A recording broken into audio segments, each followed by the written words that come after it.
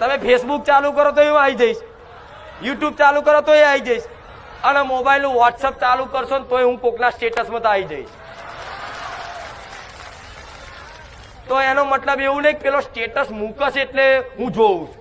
હું મુકાવું છું ને તાર કોક મૂકી એક. આ શું ખોટું? એટલે તમે એવો અહંકાર કરતા હું મારીને રોજ સ્ટેટસ મૂકું છું, નહીં હું મુકાવડાવું. તો આવો ડગલે ને પગલે આવી સંભાળ કોણ રાખે? કહો, તમારી માં હોય એ જ રાખે. દીકરો માટી રમવા જતો હોય તો 2-4 વરગાડી દે, પણ તમારી આત્માને ઠેસ પહોંચી તો મને પોહાશે. તમારું દિલ કોઈએ તોડ્યું તો સમજી લો મારું મેરડીનું દિલ તોડ્યું. તમારી આત્માને ઠેસ પહોંચી, તમારા સ્વાભિમાન ઉપર આંગળી થઈ એટલે સમજી લો મારા સ્વાભિમાન ઉપર આંગળી થઈ. તમારો કોઈક દુશ્મન બન્યો તો સમજી લો મારો મેલડીનો બન્યો. તમારો કોઈ મિત્ર બન્યો તો સમજી લો મારો મેલડીનો બન્યો.